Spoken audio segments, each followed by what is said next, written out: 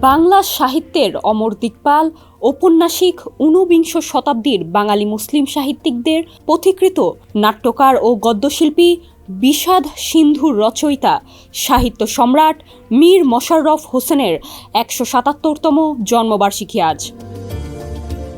১৮৪৭ সালের ১৩ই নভেম্বর কুষ্টিয়া জেলার কুমারখালীর গৌরী নদীর তীরে লাহিনীপাড়ায় জন্মগ্রহণ করেন বাঙালি মুসলমান সাহিত্যিকদের এই পথিকৃত। তার বাবার নাম সৈয়দ মীর মুয়াজ্জম হোসেন ও মায়ের নাম দৌলতন্নেসা। ১৯১১ সালের ১৯শে ডিসেম্বর মহান এই মনীষী মৃত্যুবরণ করলে তাকে রাজবাড়ির বালিজাকান্দির নবাবপুর ইউনিয়নের পদ্মদী গ্রামে সমাহিত করা হয়। লেবুর সুঘ্রাণ আরো বেশি, ত্বকের যত্ন আরো বেশি, চলে আরো বেশি। আপনার পকেটে কি বিদেশি না বাংলাদেশি? ১৭৭তম জন্মবার্ষিকী উপলক্ষে মীরের সমাধিস্থল পদমদীতে বুধবার উপজেলা প্রশাসন, বাংলা একাডেমি, মীর মশাররফ হোসেন সাহিত্য পরিষদ, মীর মশাররফ হোসেন কলেজ ও বিভিন্ন সাংস্কৃতিক সংগঠনগুলো বিভিন্ন কর্মসূচির আয়োজন করেছে।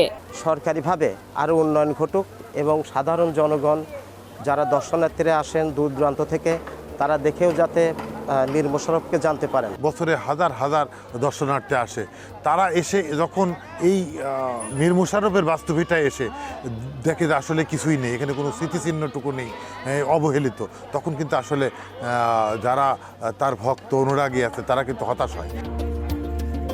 জানা গেছে দিবসটি উপলক্ষে লেখকের নিজ বাড়িতে আলোচনা সভা সহ দুদিন ব্যাপী অনুষ্ঠানমালার আয়োজন করা হয়েছে। লাঠি খেলা হয়, সাংস্কৃতিক অনুষ্ঠান হয়। এটা হচ্ছে মীর মশাররফের জন্মবার্ষিকী। আল্লাহ ভালোই দেয়, লোকজন প্রচুর লোকজন হয়। আমরা দেশের সাধারণ মানুষ, আমরা চাবো এখানে কোনো ঝামেলার দরকার নেই, সুন্দরভাবে অনুষ্ঠানটা হওয়া, আর কোনো কিছুর আমাদের দাবি নেই। দর্শনার্থী যা আসার হালকা পাতলা আসে, কিন্তু এবার মনে হচ্ছে বেশি হবে। এখানে আসে ওই 3 দিন 2 দিন মেলা হয়, 3 দিন থাকি আমরা, কোনো ক্ষেত্রে 4 দিনও থাকি মীর মশাররফের জন্মবার্ষিকী উপলক্ষে।